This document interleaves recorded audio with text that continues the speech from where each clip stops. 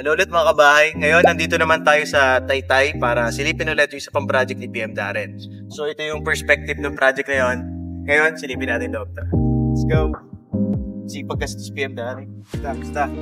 Ito, check natin. Ayan na si PM Darren na mag-explain kung ano ngayon ang status ng site. Let's go! Harap!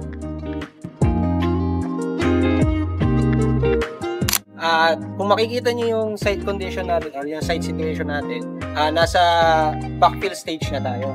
So ano nga ba ang nangyayari sa isang backfill stage?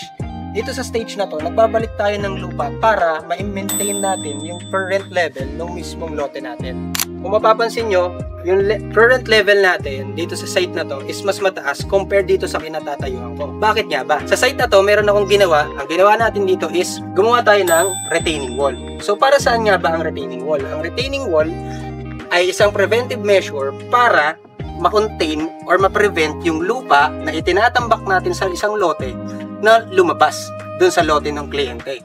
Bakit nga ba natin siya ginagawa rin? Bukod doon, ginawa natin siya para ma-contain yung lupa at ma-level natin yung mismong desired level nung mismong plano natin.